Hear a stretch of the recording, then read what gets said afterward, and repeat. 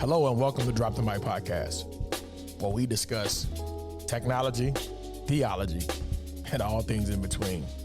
I want to personally thank you for joining us today. Now sit back, relax, share this, engage with the podcast that's already in progress. God bless you. What AI does for us is it helps us to understand that God has taken the limits off of our capabilities. Yeah.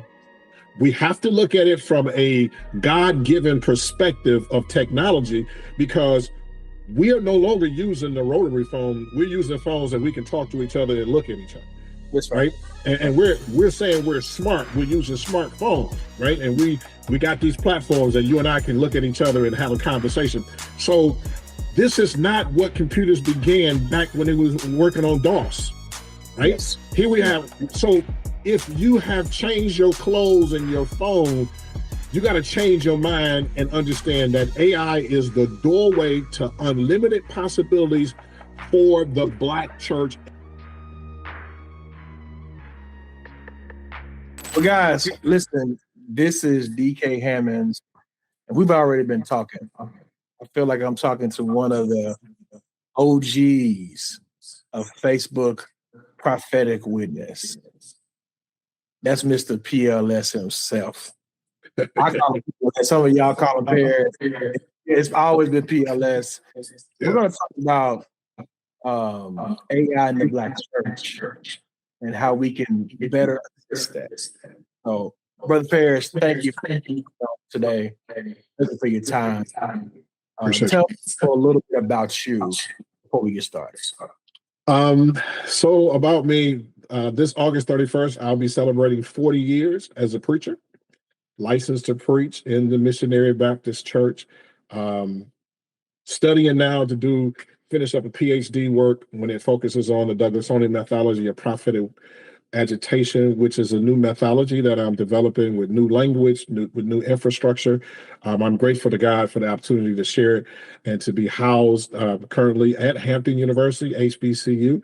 Shout out to them. Father of 6, granddaddy of 10, and just happy to be alive and to be thriving and trying to do what the Lord has called me to do, and understand ministry from the Black church perspective and love the Black church. But I'm also a critic of the Black church, because being a public theologian, I can't just be blinded to some of the things that I think that we need to do in the Black church. And that's pretty much who I am and what I do. My resume is full of accomplishments and challenges and what have you, but for the most part, I sit in that space of critique, as well as being critiqued myself, because I have not been as successful as I dreamed of. And of course, I'm open to critique and correction as well. And so it's just an opportunity to share with my brother, who I've been knowing for over 20 years now. Actually, it's 22 years now that I looked at the time frame. It's been 22 years that we have been conversing across Facebook and in dialogue. He has been antagonistic with me at times, getting in my behind, right? And even though I'm older, but I do accept the challenges and the things that he has called to us to accountability. And we appreciate brothers who can call you to accountability and you still don't fall out with them, right?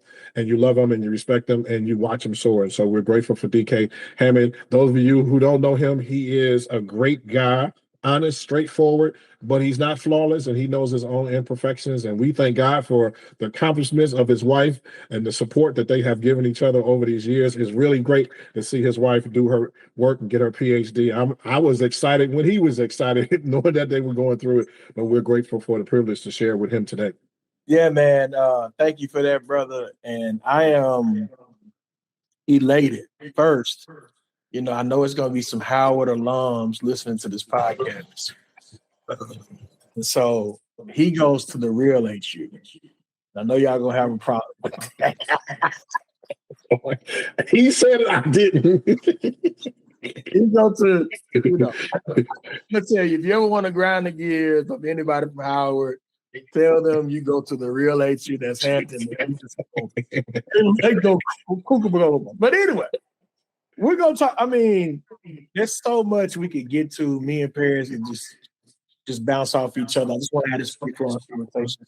So before we started, we talked about Black church and AI, and especially in the rural countries, because this is one of my passions. And this is why a lot of stuff that I do is not paywall. It's because I'm allowing those who are theologians like me to be impacted by the ministry that I have. And so I put everything behind the paywall to do that. If I have things that's out public that they can get up and use, and I've been blessed to do that, I always do that. So tell people about this rural company that you're seeing on your side. Wow. So a lot of churches that I'm seeing have not progressed their ministries to even adopt the fact that we're still online. There is a second platform. I was fortunate enough to pastor a church through the pandemic, and one of the major choices that we did not have was to be in person. And so when you pastor through the pandemic, you learn that people are afraid of change and update. Fast forward, pandemic is behind us. We praise God for that. People are still not adopting to some of the electronics and some of the technology that is needed for their ministries. And no matter how many books you read, if you don't implement the principles in those books, you're not going to actually receive the benefits. And so when we look around our Black church context, my study of the Black mega church goes back to Abyssinian Baptist Church and Concord Baptist Church in New York. Yeah, churches that were established in the 1800s that had mega church ministries going on then, social services, feeding program, housing program, clothing program, things that would meet the needs of Black people who had just experienced freedom in their own context, and not understanding how that model is something to emulate across this country. And of course, when you look at the urban church now, the rural church, and you see that people haven't opened themselves up to these challenges, and then we have the audacity sometimes, DK, to say, well, the white church, our white brothers and sisters at their churches are growing, but they got the same systems available to them that we have, right? Yes. When you look at Harvard, Yale, MIT, they were doing this AI stuff 20 years ago. Sure. Right? 20 years ago, Dr. Jeremiah Wright said this to me in 2011, that Google Scholar was the new thing. For people to understand there was a Google Scholar. We were just happy with Google. We didn't know that there was a Google Scholar, right? And so these things have been out for a long time. The problem, I think, with the Black church is that our leaders are not being reintroduced and re-educated, because we do have a sense of arrogancy in the Black church, as if we know everything and we got the best thing going. You got icons in the Black church. You'll never have another Frank Racine. You're never going to have that. No. You're never going to have that. You're never going to have a Sandy Efray. You're never going to have a Gardner Taylor. You're never going to have another Charles Edward Booth. I mean, these guys who are alive, we're never going to have them. And then we're not looking at the models and the revolutionary things that they've done to continue to grow their churches and impact others. And so we got small churches who have not experienced a educated preacher in their context. So they push against that. If you bring too much technology, they push against that, right? And so they look around and see that young guys and even seasoned guys like myself don't want to stick around and fight you for years about getting up to date. And I'm talking about just paperwork is not up to date. 501c3 stuff is not up to date. How we handle visitors, how we handle members, how we visit the sick, these things are not up to date. And so AI gives us an opportunity to be creative, to be expansive in our thinking, to get things done, and we're missing it. And so I'm listening to a lot of conferences, what they look at, what they're trying to do, and then I understand we have a new Baptist network that is not a conference, that is not trying to be a convention. They're trying to be brothers and sisters that come along, side pastors to help them in whatever their needs to be. But again, here is the guy that got 25 members, 30 members. And he is part of the church system, and his people don't want to change. How do you help that segment of our Black church in the rural and in the urban context, that, you know, the people are still trying to do ministry in 1980? We in 2026. Yeah, I think, bro, you raised up interesting thoughts. The first thing that I've had a chance to do this year is speak with the leaders in the Texas Baptist affiliation. Okay. The African American Texas, and being able to speak to their people. And I'm talking futuristically to them, and they're like, how do I apply this? And so our class, giving them some insight. I think the problem that I've seen the most, skepticism. It's like black skeptics. I am a skeptic of another thing I have to add or do. When in fact, if we look at that or we look at that through a lens, we'll use a tool this way. Some of us don't have the right people. So I always break down things like people, product, process. We don't have the right process in place. We don't have the right people in place. Product never changes. So modify those things, then we can see the context change. And sometimes real context, people. Do you have yourself? Do you have an hour to kind of help you move the faith? I have those conversations that kind of remove the skepticism. Then they're more use it for their content. In the long run, it's going to save money to use it. Not how rule context you're going to use. Does somebody want to put a data set in my backyard? How is the water, the environmental? So those I know that I'm having with people. And let me say this, I said this at the conference, I'm going to say it right now. If you are struggling with data centers, I want you to take out the list of names of people that are on political lists in your community. I want you to ask go for them. Because the centrality of this is really based on the fact that we were putting the wrong people in place. Acceleration is voting the wrong people in place. The digital redline is because of the wrong people. Greed. It's greed in government. We're seeing, especially in our community. So PLS, man, tell me about this document behind you. I know we can talk about AI all day. Walk me through this document. I know people are gonna be like reading it. Walk me through it, brother, so we can all have an understanding. So the document behind me is the process of development. It's called the Douglassonian Methodology of Prophetic Agitation. And so the framework is built upon the speeches, the addresses, the writings of Frederick Douglass.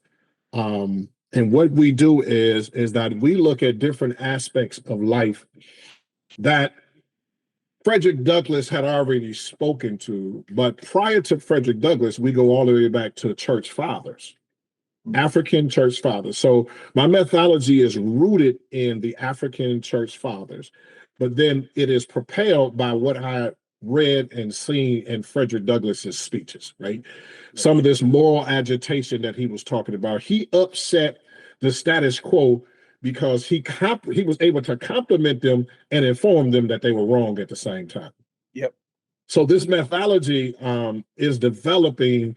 It's an ongoing development of concepts, understandings, stuff to have metadata to. Right now, we have over 300 entries that is continually to grow. It will actually be a lexicon that comes with this work. There is constant evolving of this work as we look at what's needed between the intersectionality of faith, politics, theology, the marginalized, misogyny. We look at everything that has injustice in it and partiality in it and say, how does God speak to this? And we look for the stuff in the blind spots, right? And in looking for stuff in the blind spots, you find there's gaps of information. There's things that we can't all cover. And I say that very openly because when we look at how we have been critiquing our fellowships and conventions, one thing we keep forgetting is that they can't cover everything. They can't do everything. So you need DK Hammonds and his group and Lester and his group sharing AI over here, not in competition with somebody else over here, but informing the church, because when we consider the body of Christ, everybody can't be a hand, everybody can't be a pinky finger, everybody can't be a foot. We forget about the cosmopolity of what's connected in us as a body and human being. We have to look at that as the church. So all of us need each other in going forward. So when we were considering a PhD work at Anderson University, Frederick Douglass kept coming up. Right? Kept agitating my spirit. And so when I decided to step away from Anderson and kind of give myself a break, get my mind together, the spirit just kept talking to me about, I need you to work on Frederick Douglass work. So the late J. Alfred Smith, who has gone on to the glory, has been one of the mentors in my life as well. So as the Reverend Dr. Jeremiah A. Wright Jr. has been a mentor in my life about this prophetic agitation. Dr. Dante Wright, who is going to be my PhD advisor, him and Dr. Smith were friends and mentor and mentee, and they shared with me to look at Frederick Douglass from a perspective that most people have. So in passing with Frank A. Thomas, That's right. I said, Dr. Thomas, no one has looked at the preaching ministry of formation of Frederick Douglass that created the abolitionists. And Dr. Frank A. Thomas turned around and looked at me and said, only a preacher would see that. And that's the seed. So prophetically, I've had Black prophetic preachers speak into my life and to help me to understand that there was a work that needed to be done. And then before Dr. J. Alfred Smith passed, he said, he called me Little Cuz. He said, Little Cuz, I always wanted to write on Frederick Douglass. I need you to finish that work. Yeah. And that's the last time him and I spoke. And so that's the beginnings of the Douglassonian methodology of prophetic agitation. Now, let me ask you something, because now I want to see how I can move in this word. We started with AI, we moved to prophetic agitation.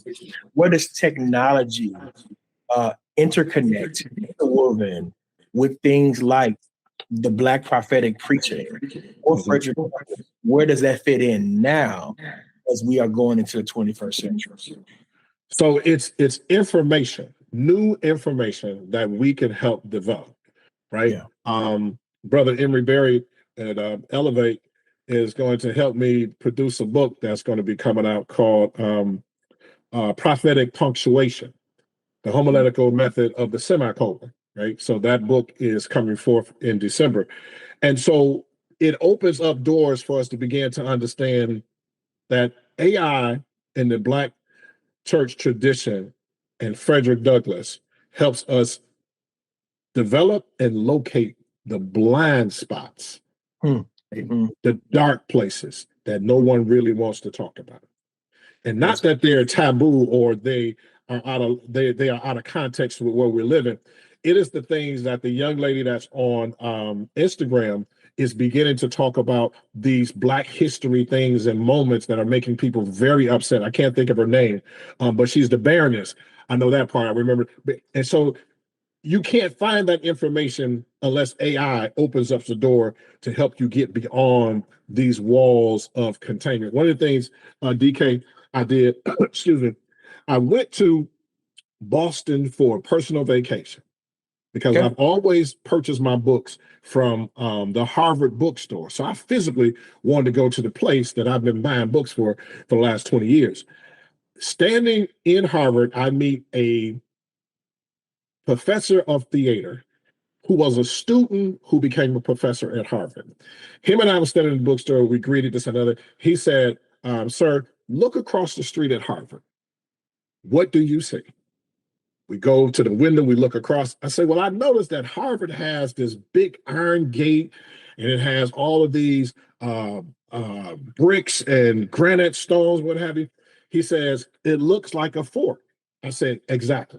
He said, a fort is designed to do two things: keep certain stuff in and keep certain people out. Yep. Right? Yep. What AI does, it puts us in places where people said we couldn't go.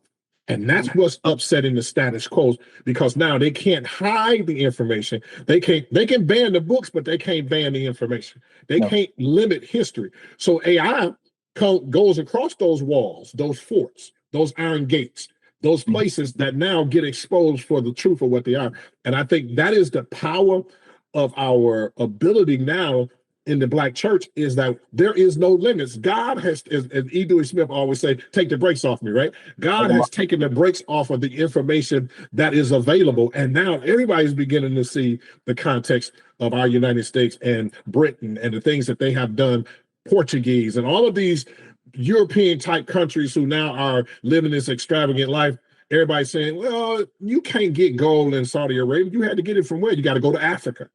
You can't get all them diamonds. How much blood is behind those diamonds, right? How many lives have been sacrificed for your opulence and for your elegance, right? And so God is allowing us to get beyond those barriers if we're not afraid to, because the information is there. Information is there with artificial intelligence. That does not mean that it's not going to have biases with information. It is our job as African-American people, Black and brown people, people of color, for us to, and here's my biggest push with technology, for us to show up to it. We tend to shy away from it. It's our job to show up to it, because if we don't show up, their bias is the way things are ran. Yes. Our information needs our level of coolness.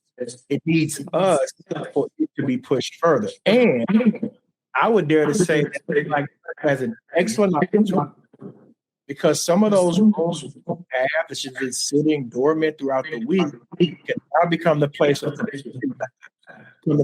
things of learning like it used to be. I've been growing up in Black church all my life. I didn't go to late in my life. I used to food pantry, Boy Scout cooks, tutoring ministry, benevolence ministry. I used all that being at church. Now that I sometimes don't see it, we have an excellent opportunity to bring some of that back that we lost. Yes, okay, there's going to be a cost to it. But I just got off the phone with a church about 2 weeks ago. Somebody was donating them computers for them to use in their church. This thing is already here, and we have to educate our people and the levels of technology. I am K. Hammonds. This is Perry Smith, and we are talking about artificial intelligence and the Black church. This is a public theologian. People call me a digital theologian. Whatever you call it, we're talking about artificial intelligence and how we can help progress this in the African American. So we talked about artificial intelligence. We talked about what's sitting behind you. Tell me what you're optimistic about, whether it be in the prophetic witness of Frederick Douglass, artificial intelligence. I'm very optimistic about it all. One of the things about doing PhD research is that you begin wide and then you have to narrow it down to one area of expertise that you can actually be known for. One of the things that the Douglassonian methodology does is that there is a system in place to verify what's been verified, to verify what's been verified, to verify again, right? And it leaves the door open that this work that I'm doing lives beyond me and my children. It's an opportunity for the door to be open to build upon a platform that may have began with me but doesn't end with me. One of the problems with our prophetic tradition is that we're too busy concerned about it being ours as the founder, and then it dies when we die. Douglassonian methodology of prophetic agitation is designed to outlive me and my grandchildren and great-grandchildren. So it allows scholars to say, hey, Smith started this, cool, I knew him or I'm abreast with his work, but here are some areas that he left open for us to build upon. What AI does for us is it helps us to understand that God has taken the limits off of our capabilities. Yeah. We have to look at it from a God-given perspective of technology, because we are no longer using the rotary phone. We're using phones that we can talk to each other and look at each other. That's right. And we're saying we're smart. We're using smartphones, right? And we got these platforms that you and I can look at each other and have a conversation. So this is not what computers began back when it was working on DOS, right? Yes. Here we have, so if you have changed your clothes and your phone, you got to change your mind and understand that AI is the doorway to unlimited possibilities for the Black church and for Black people as a whole. Yes. The church must no longer rely upon the charismatic giftedness of the hoop without substance that goes beyond Sunday morning. People need to be able to feel a sense of growing when they're connected to the Black church. We used to have what was called junior achievement. Junior achievement is what needs to be put back in the church. If you check the history of the Black church, we were forced to help each other. I shared this on LinkedIn and I shared it on Facebook in my stories. The Black church will not survive without Black men and Black women coming together producing Black kids. Whether you produce them birth or you mentor them or you mother them or you godfather them, the Black race has to continue. Because here's the thing I like about our Latino brothers. And sisters, they ain't stop having babies. They ain't stop being with each other. They ain't stop connecting with each other. They ain't stop having language with each other that other people cannot understand. One of the gifts of the Holy Ghost at the day of Pentecost is that it gave us a different language and a different code on how to communicate with multi-ethnicity, multi-gender people available to understand the verbiage, right? Dr. John W. Kennedy said this many years ago, that when the left brain and the right brain get connected by the aid of the Holy Spirit, there is no telling what we can do. My prayer every day, God, make me smarter today than I was yesterday. Anoint my mind to make me different and unique than anyone or anybody that has ever lived. Solomon didn't ask for money. He asked for wisdom, and God gave him everything else. So parents don't need to ask for money. Lord, give me wisdom. Give me the kind of cutting edge thinking and technology awareness that puts me in a different category, right? Doesn't raise me above my people, but put me in a place that my people can use me as a tool, as a model of saying, age has nothing to do with God's ability, right? So now at 63 years old, I'm certified in AI multiple times, got all kind of stuff going on. And all I can do is say, thank God for opening up my mind. I could have become closed-minded and say, well, AI is a little bit too futuristic. It's going to get out of control, and not understanding it's my responsibility as a trained African-American, Black, prophetic, liberation, mindset, motif theologian to question AI's ethics. Yes. To question its biases. It's my responsibility.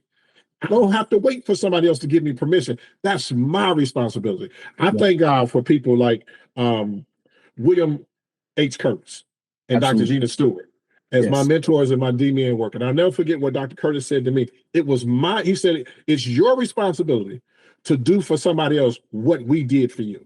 And that means open up people's mind to see their possibilities. DK, the biggest problem that we have is that we too busy trying to model and measure up to somebody else's geniuses without realizing that God has put genius in each and every one of us. And to lean into that genius will be the way of the future. The church, the Black church, and the individual church, the big C church, little C church, all has a level of genius that we need to lean into. And that genius is connected to innovation. And that innovation is connected to a system model that can help birth efficiency along the way. And if we cast down innovation and we cast down the other, what do we have? We have frozen success. We don't have that piece right there. We got frozen success. We love to say, look at what I did. And one of the things, I'm gonna be honest with you, man. Here in the last 2-3 years, I've accomplished a great deal. I've been on some major stages. And I've been watching and clapping. All that's cool. And I thank God for my ancestors that kind of gave me a stage when I didn't have one. Wow. But when I got back home from Massachusetts, I wasn't content. God was showing me that there's a whole rollout. There's more people that need this conversation about innovation and technology. And he has me placed here in this season to be one of the leaders. We got a lot of clients that don't have three things.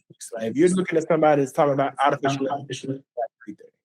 One, they need to have some experience in technology. Some of the folks aren't tech savvy, want to get in front of your stage to your people. I think that's not right. They need to have proof of concept. They've done it with other people. What you don't know about me, and I don't share it. I've trained people to build. So when you go to Napa Valley and we did a hackathon, there was a certain church there, I wrote my name, but they have major emphasis. And their team was and when that team left, wow. And that app is for mid season, they fast and they are able to 1,000 plus users go through an app class talking about innovation and build applications. It is that type of learning that I think that needs to get back to innovation. We can push things. If every round goes higher, and if the church is the church, there must be some synergy from the in-person church and the digital church. Yes. It could just be the church. And the experience should not change. What helps with that is systems and innovation. PLS, I'm going to give you the final word. Any final words you have to say to our listeners at this time, please provide your social media and any material you would like to sell as well. Again, thank you, DK, for this opportunity to share. So one of the things I am so fascinated about with this guy named Jesus, right? Absolutely. Is that he evangelized an estimate of 1.3 million people around the Sea of Galilee. No technology, no Facebook, no text messages, no beepers, no nothing. He walked with people, and we only get certain towns reflected of the engagement between him and other people. There were multiple cities, multiple little villages and communities that was around the Sea of Galilee, and he was able to reach 1.3 million people from just walking and sharing and connecting with people where they were, and then speaking into their lives to where the possibility of where they're able to go. He walked into dead situations and people came back to life. He walked into parties that was about to be over with because the wine ran out, and then he created some new wine. Everything about Jesus was about innovation and pointing people to their hopeful possibilities. Yes. AI for the Black church helps us to understand that the past is our foundation to spring forward to the future. In doing that, we must be mindful that everybody can't be an expert in everything. Learn your area, what you have done, what Lester have done, and let God open up the door for you in this season of innovation so that you could be a contributor that's measurable to the kingdom. Here's one thing that me and Dr. Dante Wright talked about, and he just chuckles. We ain't never heard Paul preach, but we preach what he wrote. And for the future, there has to be a footprint of your gift and your anointing left behind for somebody else to build off of. And that's what I want to say is that we cannot fear AI anymore. We must be honest with ourselves and say what we don't know, and then be humble enough to say, hey, DK, Lester, others, can you help me to get abreast and have the information? Again, I'm Paris Smith. My handles are Paris Smith on Facebook, Reverend Dr. Paris Lee Smith on LinkedIn. I'm on 6 different platforms. I'm on Medium as the Black Douglass Scholar. I'm on, what is the other one? Let me see, what is it called? Substack. I've just been introduced to a new platform that I'll be writing monthly on called 3/5 as well. And then so there are a few other things that I got going on that will come down the pipeline. But again, I am so grateful to connect with my brother outside of just looking and being marveled by his work. Man, I'm gonna tell you, I love you. I respect you. I am honored to watch you do what you do, and I applaud you, man. And like I said, I'm always here for you. Will always be here for you until the Lord says otherwise. Whether I go home or you go home, you got me to the end. It doesn't matter if you're a millionaire or a trillionaire. You're still my brother. I didn't go down. I went up. Well, we're going to end this. We're going to end this podcast. Y'all make sure y'all follow my brother Paris L. Smith on all social channels. I'm sure there's some books and stuff that you can also follow him on as well. Follow his work and help us continue to build this conversation about church, AI, innovation, and futurism, if you will, as we go forward. So we'll holler at y'all later. Bless you, man. Thank you so much, brother. All right.